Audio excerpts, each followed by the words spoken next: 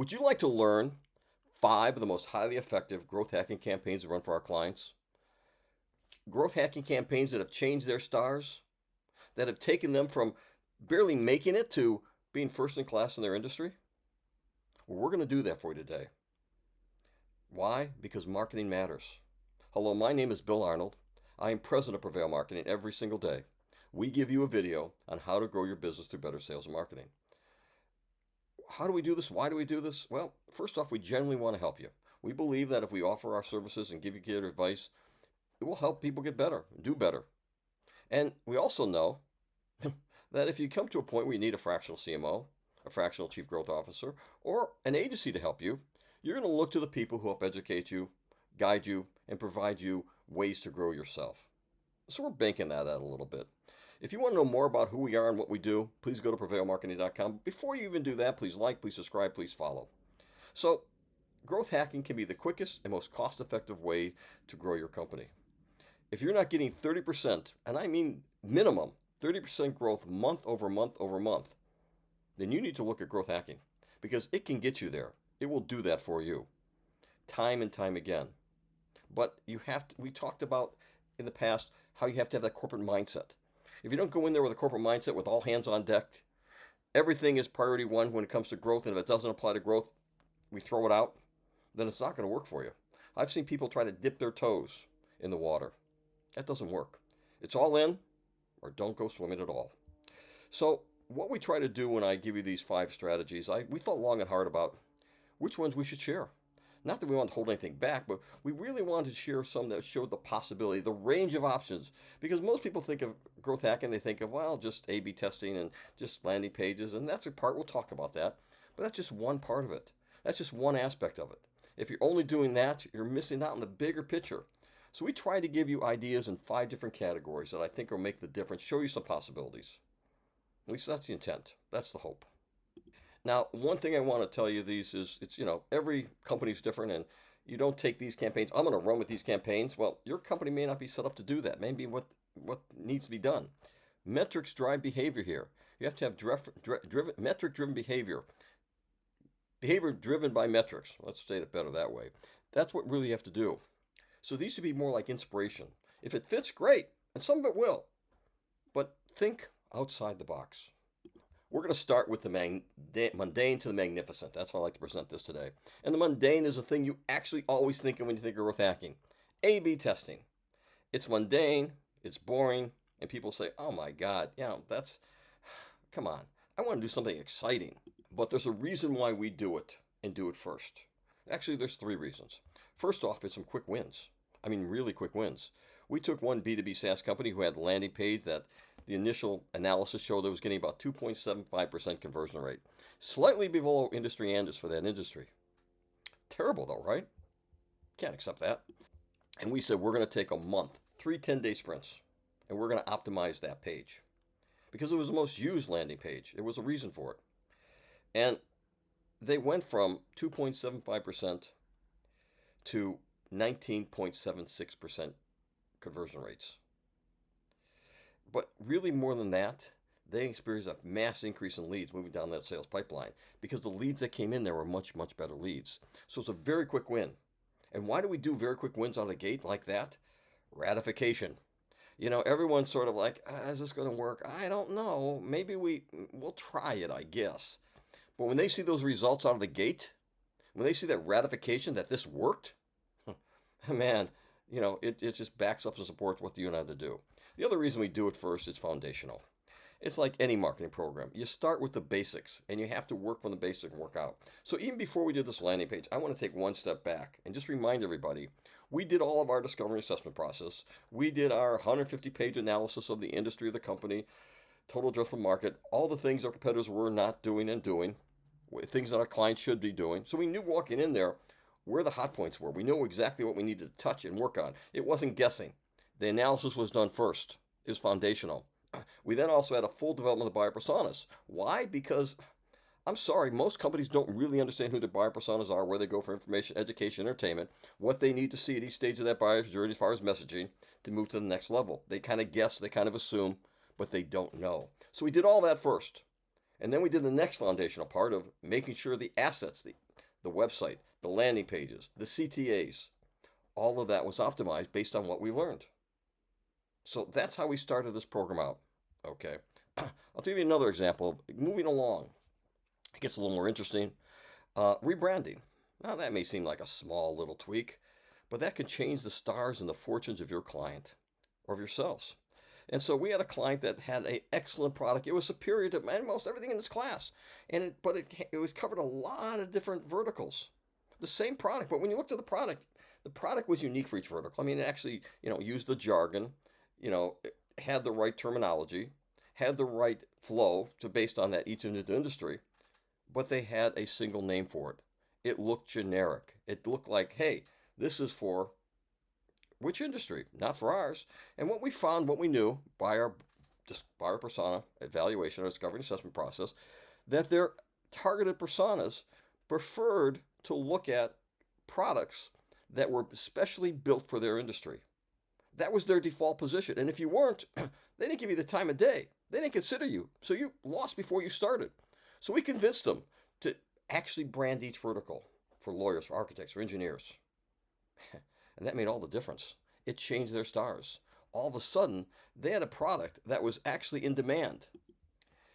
We didn't change the product itself, mind you. It's just the rebranding of it and then pushing that out to the marketplace. The results were over a 39% increase. That's not bad for simple rebranding, is it? Simple task, but it contributed to growth immensely. Let's move on to another category. I hope you see there's a pattern here. Mundane. We're starting to expand in areas that you may not have thought you should be using growth hacking for. Product mix. Product mix? Yes, because everything a company is doing, if it can be optimized to improve growth, it should be optimized. If it doesn't help with growth, it should be eliminated. That's the fact. That's the way you look at this. In this case, we had a very myopic CEO, a guy who thought he knew everything, couldn't be told anything by anybody. And he was basically just saying, I know what I want to build. I don't want to hear from anybody. I'm going to build a product that I envision.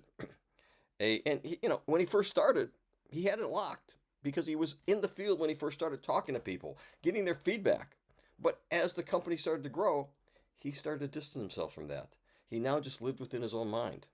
So we had to do a little growth hacking on him. Okay, and the process I talked about yesterday, how to make the case to management, that's the exact process we used to get him off square one to consider the possibility.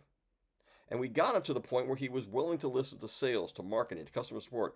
I'm not saying build every feature your client wants. That's ridiculous. You're going out of business quickly. But if all your clients are saying, I'm going to leave because your competitor has these benefits and you don't, you better get those benefits pretty darn quickly. He was not only not getting clients, he was losing clients because he wasn't providing that kind of service. So we basically got him to change the product. We got him to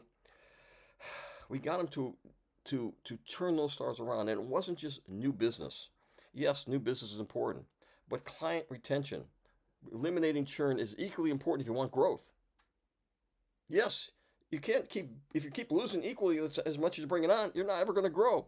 So we stemmed the loss. We stopped the loss. And all of a sudden, those clients were now willing to stay there. Even when the product wasn't yet had those benefits, but they knew it was on the roadmap in the next 3 to 6 months, they were willing to stay the course. So that's another way we growth hacked. We made the product better. We made the product benefits better by listening to our clients and providing that feedback to product support.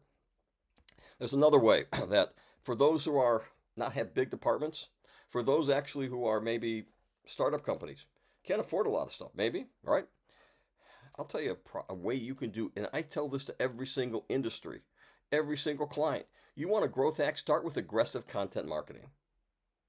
I'm talking about content marketing program on steroids, where they produce daily blogs, video, infographics, and share them across a multitude of platforms. The content has to be direct to all the pain points, interests, and concerns of your targeted personas. You never speak about product. You speak about benefits because people don't care about your features at all. Not even your mother. No, they care about how it's going to benefit them or how it's going to make them feel. So, how well does this work? Well, I'm going to take a different little tack here because I'm not going to talk about our clients. I've got lots of stories where it worked for our clients. I got a client now that's got over 39% month after month growth just by doing this for them. Yeah. I'm going to talk about the best use case I've ever seen, ever. Period. The one that convinced me of the power of aggressive content marketing. True story. Back in 2015, I was at a HubSpot partner meeting in Boston, and one brave small organization guy came up and said, "Hey, about 3 months ago, we were going to go out of business. We lost our clients because we had all our eggs in one basket, and they decided to go a different direction. And so all of a sudden, we had to lay off people. We didn't have anything but the founding team. We had nothing to do, no business. So we just started to create content, blogs, videos, infographics, the things I just mentioned, share them across the internet. We did this daily, not just one or two, but multitudes. We were rabid about it. And in 3 months, 4 months, 5 months, I don't remember the exact time, I think it was 4 or 5 months, they started to see a shift, a focus. Business started to come in, opportunities started to present themselves. They started to rebuild. After 6 months, they were clearly back on track. They didn't stop at that point. They continued. And what happened? They became the largest agency in the HubSpot ecosystem the last time I looked. Wow. Just through the power of aggressive content marketing. Their story, not mine. I've done it since then many times. It works. So think that in mind as far as growth hacking, because that is part of growth hacking. Another one I've done that I want to share with you, the last one, just to give you the possibilities.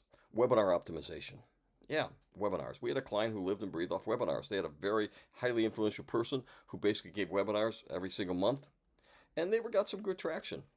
But they only used their list. They only used their content list. They didn't reach out. They didn't expand it.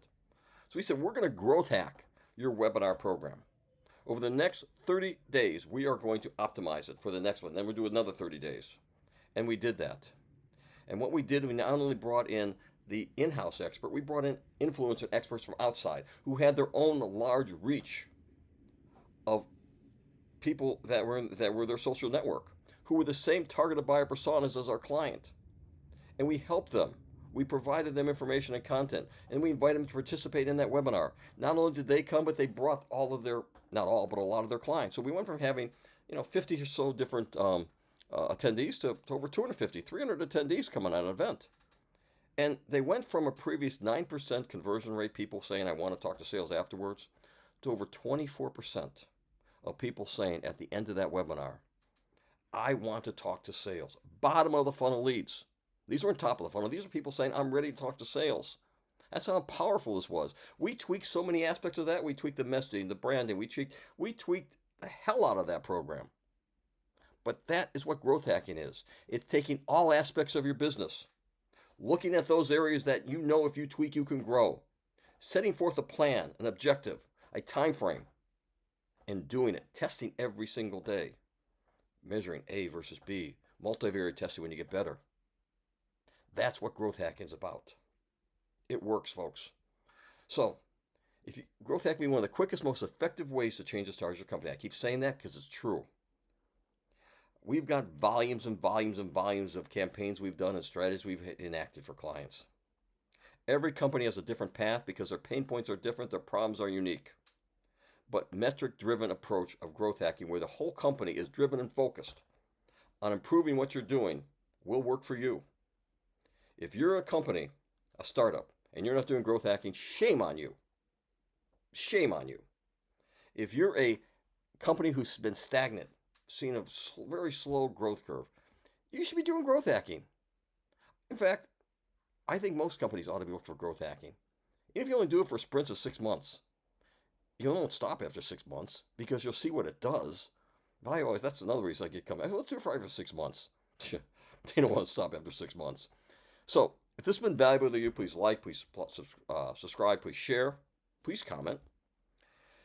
If you have any questions on growth hacking or want to know how you can implement a program, we've got stuff on our website that talks how to do that. There's some blogs, got a video. But if you want real hands-on help, either a chief growth officer, a fractional chief growth officer help, or an agency help to do this, we're the team for you. We're the people who can help you. Please go to prevailmarketing.com, fill out a form, and we'll get back to you.